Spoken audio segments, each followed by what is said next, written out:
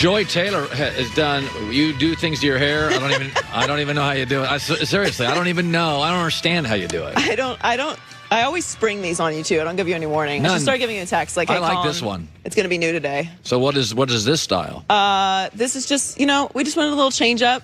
My hair, as you guys all know, you're going on my natural journey with me. Yeah. And it's kind of in that mid stage. I think it's very glamorous looking. Thank you. I think it's very glamorous. Thank you. Yeah. All right, let's start. Let's do the show. My wife always says, stay current.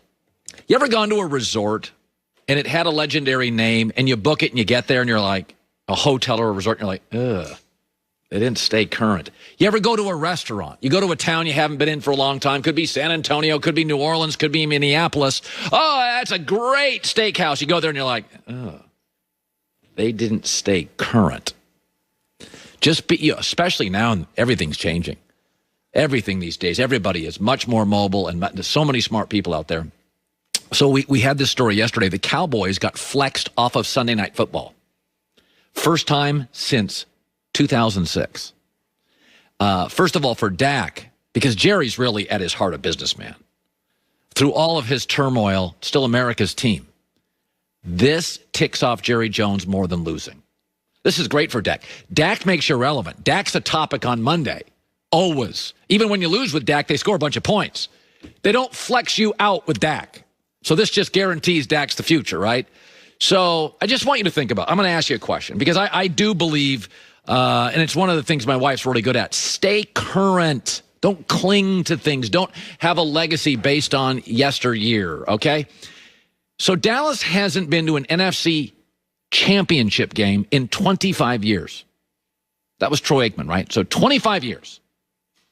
That's the longest drought in the NFC, except Detroit and Washington. So let me just ask you a question. And I want you to think about this. So the Cowboys they've won since 1995. 4 total playoff games. Like wild card games. That's it. Carolina, in 25 years, has won 9. The Jags have won more. The Jets have won more. The Jets have been to 2 AFC championships. Crazy hot mess. Atlanta's won more. Okay.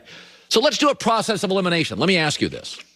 So let's put together the franchises. We'll call it kind of the gold standard of the NFL, where we consider the elite franchises. They not only win, they win big games. They're mostly consistent. You just say them and you respect their front office. There's a consistency and excellence and intelligence. They don't overpay for players that often. I think you'd go Packers, Steelers, Ravens, Patriots, Seahawks, Saints.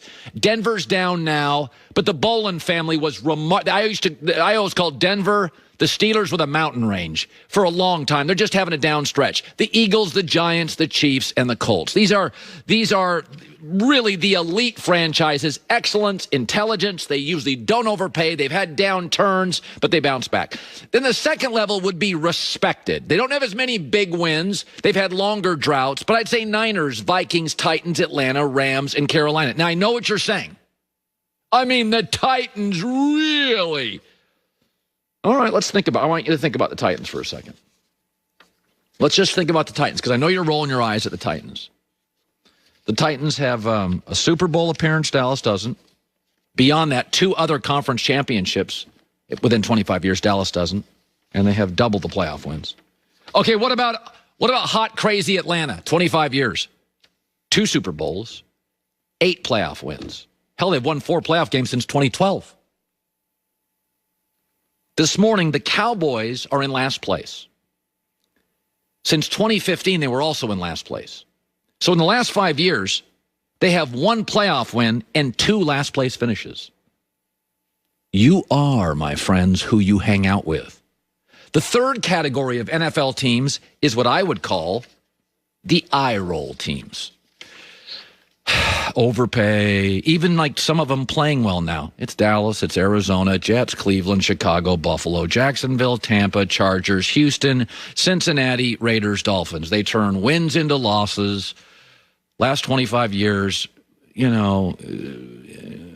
longer droughts, a lot of embarrassment, too much drama, and just not winning big games. is not winning big games. Kind of if they make the playoffs, it's one and done. Always have a new coach on the way. You never really think they get the coach right in most instances. It's kind of the eye roll. Dallas is there now. Last 25 years. Dallas has not stayed current. They overpay for running backs. They sign these long contracts to offensive linemen they now can't get out of, and they're old and injured. They spend way too much money on perimeter players sometimes and not enough on, like, their defensive front. They take gambles in the draft that other really well-run teams don't. Sometimes they develop players. A lot of times, though, the Steelers, Packers do. The Cowboys don't develop their players. The Cowboys on their Instagram put a picture of themselves at 25. They were hunks. They're now like 50. They're overweight. They're trying to fool everybody. This isn't a shot at Dallas. 25 years. You're the Lions. You're Washington with a bigger brand. You're the resort that people still think about, but you book a weekend there, you go with your wife, and you're like, man, the paint's peeling, the food's not very good. And you look out your window in Miami, and you're like, we should have stayed at that place. It's way more current. They got a better pool. It's where all the cool people are. It's not a shot at Dallas, but they're kind of in the eye roll. They're kind of in the eye roll club now. You kind of look at them and go, yeah, it's Cincinnati. It's Buffalo. It's Miami. And by the way, I think Buffalo and Miami over the next 10 years are going to move into the next level. I'm not going to give it to them now, but I think they're really close. But, I mean, last 25 years, Miami, you roll your eyes. You roll your eyes at the Jets. They got more playoff wins. All right. So the Big Ten, I like this.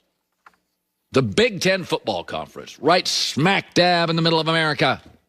They have changed their rules. Good for them. And they're now allowing Ohio State to play in the Big Ten championship game. And the reason they did is they said, well, regardless of whether they played or not in the championship game, because of their head-to-head victory over Indiana, win or lose against Michigan, they would have been in it, right? So they just said, let's just change the rules. So tip of the cap to the Big Ten.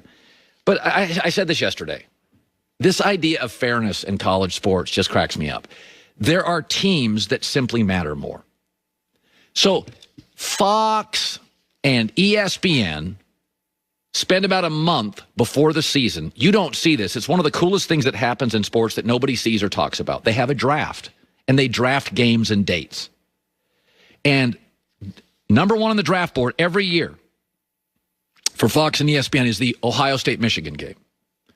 The second game is usually Ohio State-Penn State. The third game is usually Ohio State versus a big out-of-conference team, Texas, Oklahoma, whoever they play. The fourth game is Ohio State and Michigan State. The fifth game is Ohio State and Wisconsin. Then you get into Michigan-Penn State. In most years, the first 4 or 5 or 5 of the first 6 games are Buckeye games. That's what the networks want. The networks are telling you they're just more important. Listen, I've lived out west forever.